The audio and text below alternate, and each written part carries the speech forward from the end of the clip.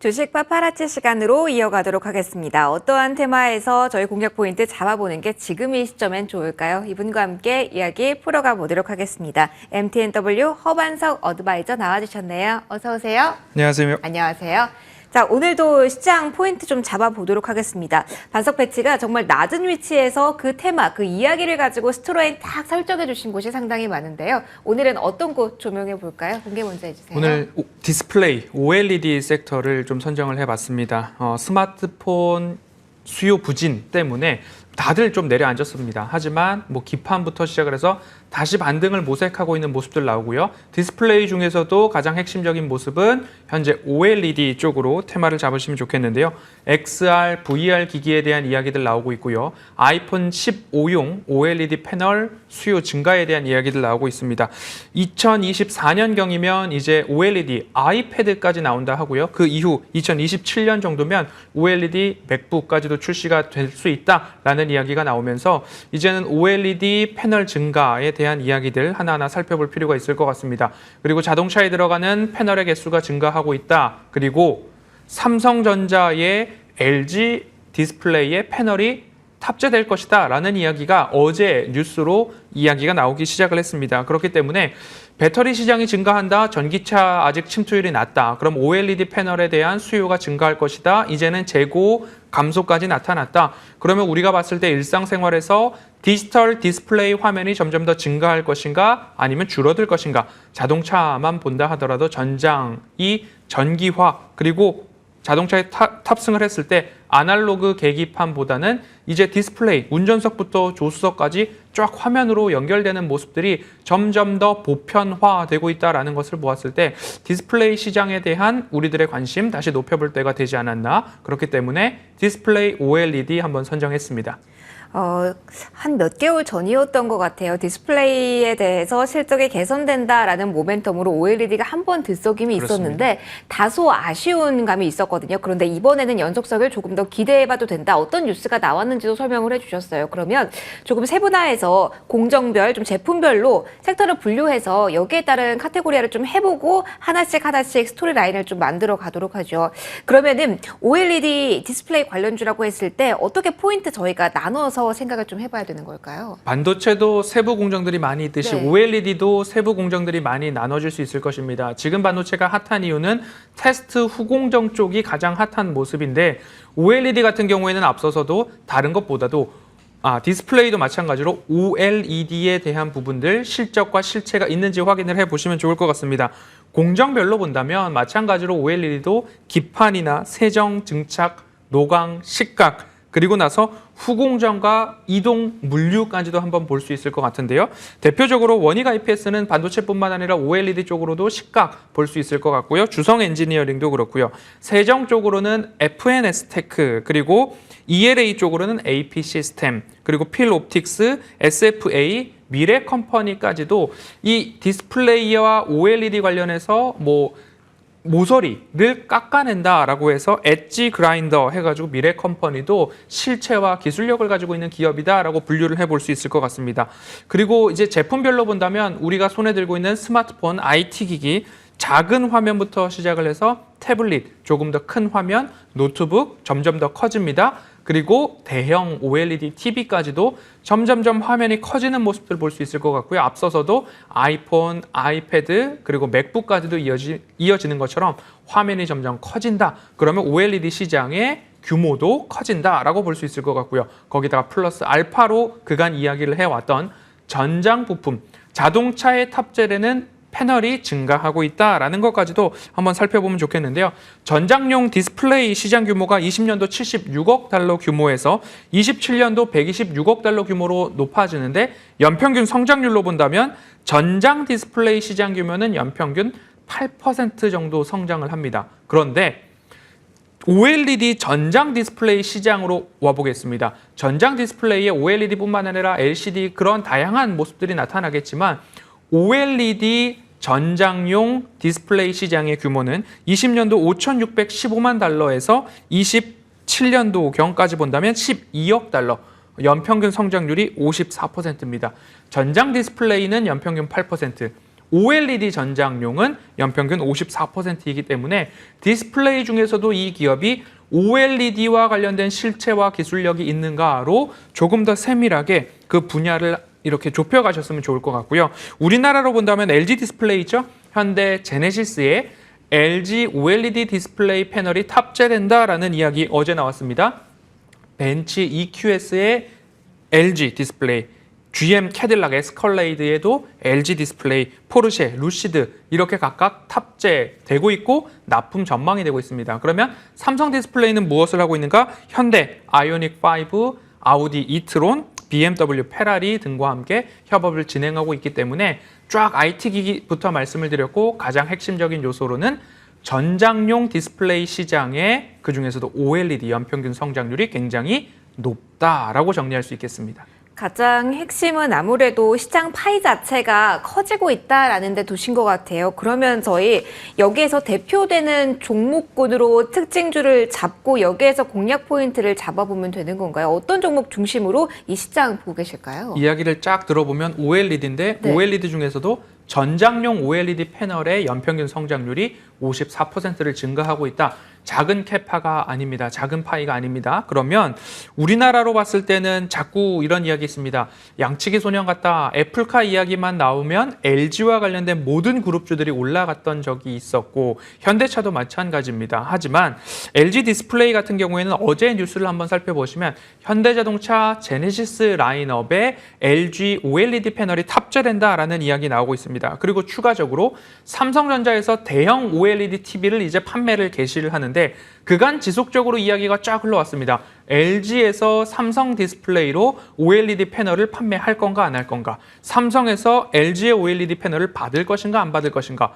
그런데 물밑 작업이 잘 됐는지 몰라도 7월 달 판매가 가능한 대형 OLED TV에 LG OLED 패널이 탑재된다라는 이야기가 나오고 있어서 그렇게 된다면 LG 디스플레이의 흑자 전환 소식들이 조금 더 빨라질 수 있지 않을까라는 기대감 볼 수 있을 것 같습니다. 더불어서 덕산 네오로스 같은 경우에도 OLED, 아이패드와 맥북 출시 모멘텀이 가장 좋은 기업이라고 한다면 덕산 네오로스 볼 수 있을 것 같고요. LX 세미콘도 아이폰 관련된 이야기, 아이패드 관련된 디스플레이 드라이버 IC, 칩 관련해서 보시면 좋을 것 같습니다.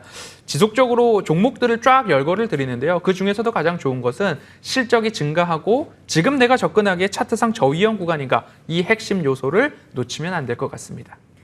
저희 핵심 종목을 봤을 때 결국은 국내 모멘텀, 해외 모멘텀 골고루도 가지고 있는 그 자리에서 차트상의 위치가 상당히 중요하다는 조언해주고 계십니다. 그럼 어떤 종목 봐야 될까요? 저희 지금이 아니라 마감하고 나서 그 공략주는 공개해 드리도록 하겠습니다. 조금만 기다려 주시고요. 일단 오늘 시장 마침표 먼저 찍도록 하겠습니다. 양대 시장 엇갈리면서 마감 대기하고 있습니다. 잠시 후 상황 다시 설명드리죠. 이렇게 오늘 장 마무리하겠습니다.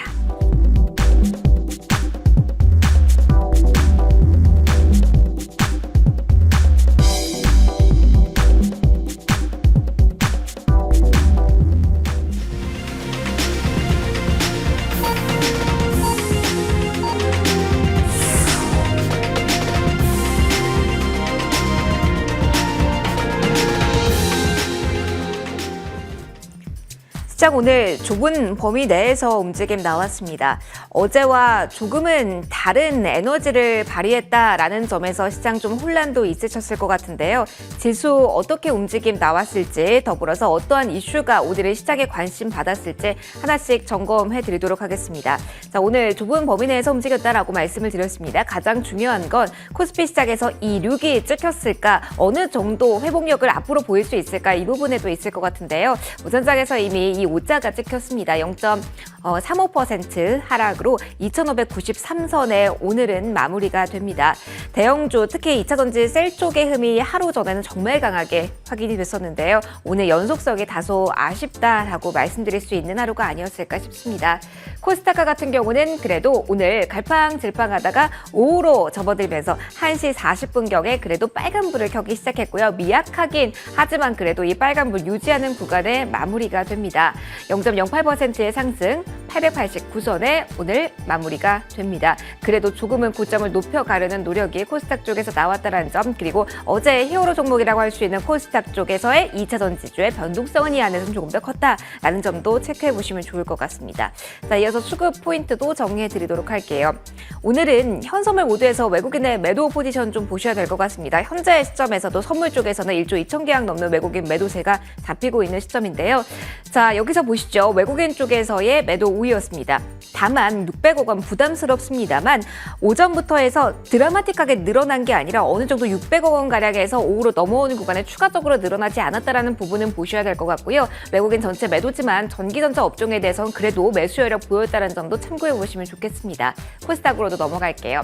자, 코스닥 시장에서 보시면은 외국인 기관 동반 매도였습니다. 기관 쪽에서 1,300억 원 넘는 매도 우위 포지션 보였고요. 코스닥 시장에서는 개인만이 사는 포지션이 나타났다는 점도 참고해 보시면 좋겠습니다. 원달러 환율은요, 오늘 1,407원 선에 출발을 했습니다. 오전에 드라마틱하게 움직임이 나왔습니다. 그리고 오후에 이벤트 중에 하나가 호주 중앙은행 쪽에서의 포지션이었는데요. 예상을 뒤엎는 결정은 나오지 않았고요. 동결하면서 시장, 특히 환율 시장에는 큰 변동을 야기하진 않았습니다. 1,301원 선에 오늘 마무리가 됐다라는 부분, 상방, 하방, 압력에 재료 주는 여러 가지 재료들 함께 지금은 체크해 보실 구간인 것 같습니다. 환율까지 체크해 보셨고요. 머니맵으로 이동해 보도록 하겠습니다. 자, 오늘 머니맵상에서는 어떠한 모습이 보일까요? 종목별 각계 전투, 그리고 하루 동안 움직임이 빨간불, 파란불 그 이동하는 경우가 상당히 많았습니다. 일단 대형주부터 흐름 체크해 보시죠. 삼성전자 오늘 52주 신고가 장중에 경신하기도 했지만 부합으로 마무리가 됐고요. LG전자 같은 경우도 장중에 고점 찍어냈지만 상승폭은 조금 반납된 구간에서 마무리가 됐습니다. 두 종목 모두 금요일날 잠정 실적 발표 앞두고 있다는 점도 참고해 보시면 좋겠고요. 2차 전지주의 흐름은 다소 엇갈렸습니다. 셀 쪽에서는 연속성이 나타나진 않은 가운데 에코프로 BM이 4% 그래도 빨간불 킨 구간에서 이 안에서는 가장 강한 탄력으로 마무리가 됐다라는 부분 보실 수가 있겠고요.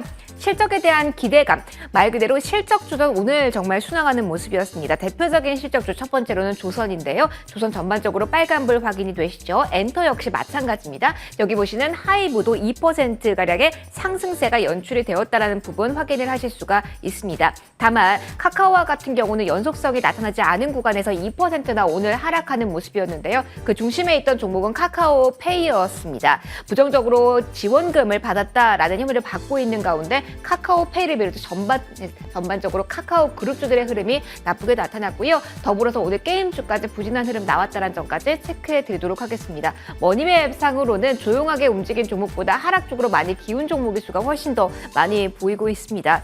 자, 지수보다는 종목에 포커스를 맞춰야 되는 시장일까요? 여름에 대해서는 기대감이 정말 컸거든요. 썸머 랠리를 기대해도 되는 건지 아니면 아직 그 시점은 아닌지 많이들 궁금하실 것 같습니다. 수급적인 변화도 가파르게 나타나면서 외국인의 수급 포인트도 많이들 궁금하실 것 같은데요.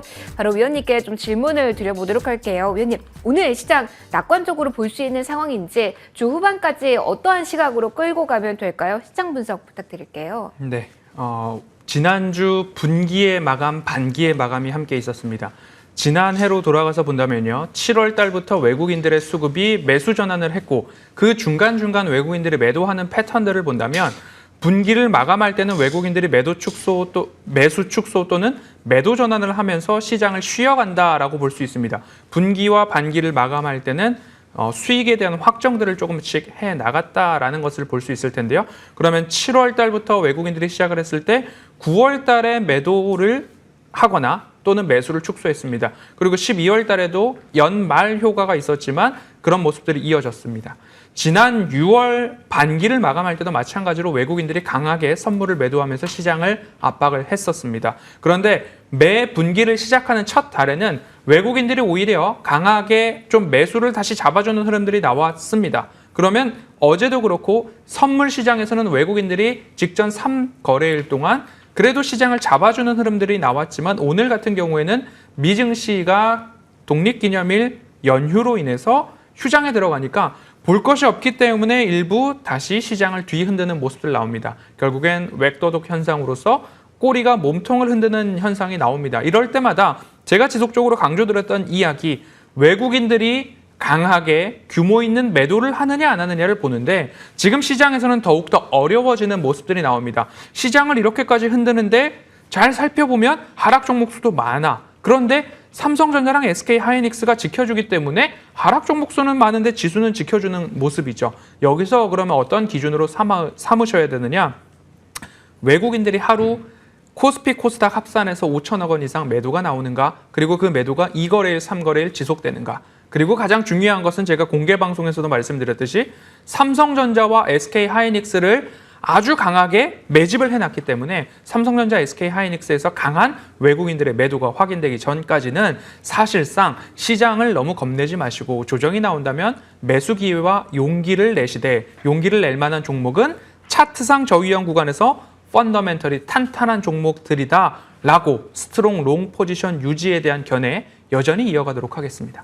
그럼 위원님 바로 질문 드릴게요. 시장이 이러한 상황에서 용기를 내볼 종목 OLED 안에서 어떤 종목 보실까요? 네, 대표 종목 LG 디스플레이입니다. 오. LG 디스플레이 같은 경우에는 3분기에는 여전히 적자 지속에 대한 전망이 강하지만 4분기에는 혹여나 흑자 전환에 대한 소식들이 이루어질까 봐서 기대감들이 좀 있습니다.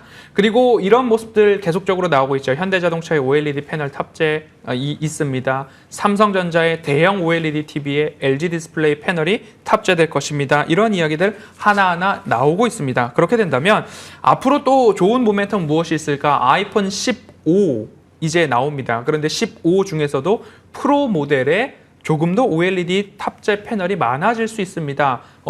고부가 가치 그래도 판매했을 때 많이 남는다라고 이해를 해보시면 좋을 것 같고요. 지금까지는 약 한 20%의 OLED 패널의 점유율을 갖고 있었는데 올해부터 출시되는 아이폰 15 프로 모델 라인업에서는 점유율을 40%까지 높여간다라고 합니다. 그러면 어떤 개념으로 보셔야 되느냐? 조정이 나오고 추세 하단에서는 우리가 여기서는 매수를 해볼 만하지 않을까? 왜냐? 3분기 적자 축소, 4분기 흑자 전환. 주가는 오히려 흑자 전환 소식보다 조금 더 빠르게 움직이기 때문이다라고 정리를 해드릴 수 있을 것 같습니다. 그러면은 가격대 설정을 좀 해보도록 할게요. 어디까지 바라보면서 이 종목을 대응해야 되는 걸까요? 네, 늘 안내드릴 때 차트상 저위험 구간 강조를 드리고 있으니까요. 차트 흐름 같이 보도록 하겠습니다. 9월 30일 10월 저점, 우리 시장의 저점과 함께 저점에서부터 바닥을 다져서 올라가는데 이 추세선이 하필이면 맞아떨어지고 있다라고 보여집니다. 그러면 빨간색 동그라미에선 용기를 낼 만한 자리다라고 강조를 드리고 있고요. 지금도 마찬가지로 61선 살짝 이탈한 이후에 반등 자세를 잡아가고 있는 상황입니다. 그러면 추세를 이렇게 올려보도록 하겠습니다. 네모 라인을 본다면요. 짧게는 이 추세 되돌림 자리까지 보시면 되는데요. 지금 16,000원, 15,900원 이하에서 매수 관점으로 보시고 1차적으로 18,000원 보신 이후에 18,000원이 도달을 했는데 예를 들어서 조금 더 빠른 흑자 전환 소식이 나온다. 그럼 목표가 상향해 볼 수 있을 것 같습니다. 최종적으로는 살짝 여쭤볼게요. 어디까지 보시는 겁니까? 적어도 2만 원 돌파하는 모습들은 1차적으로 봐야 되지 않을까 싶습니다. 알겠습니다. 자, 그리고 빠르게 AS 한 종목이라도 받아볼까 싶어서 저희 포트 열어보겠습니다. 자, 포트 속에서 담긴 종목들 보시죠. 와, 이렇게 목표 달성하고 있습니다. 저희 두 자리 때 이렇게 단단한 수익률을 챙겨가고 있는데 오늘 특별히 코멘트 받아봐야 될 종목이 있을까요? 펀더멘털이라고 한다면 실적이 좋아야 되는데요. 뭐 K카, 하이로코리아, S&T 모티브, 한국콜마도 다 저점에서 말씀드렸고 실적이 이제 좋아질 수 있다라는 이야기가 나올 때 말씀을 드렸습니다. 대표적으로 하이로코리아 여기서도 말씀을 드렸는데요. 차트 흐름 보면 동일합니다. 저점에서부터 어디서 매수할 것인가 바닥에 대한 라인들 나오고 있습니다. 그러면 바닥 라인 동그라미, 빨간색 동그라미에서 소개를 드리고 올라가고 있고요. 이 추세선 평행하게 그대로 올리면 위로 올라갑니다. 그럼 목표가 27,000원 달성이 나왔습니다. 외국인들의 매도가 나오는지 살펴보신 다음에 전량 수익 실현할지 결정해 가시면 좋겠습니다. 알겠습니다. 더욱더 분명한 신호 나오면 저희와 꼭 공유해 주세요. 저희 오늘 여기서 마무리 짓도록 하겠습니다. 허만석 어드바이저와 함께 인사드리도록 할게요. 오늘도 시청해 주신 모든 분들 고맙습니다.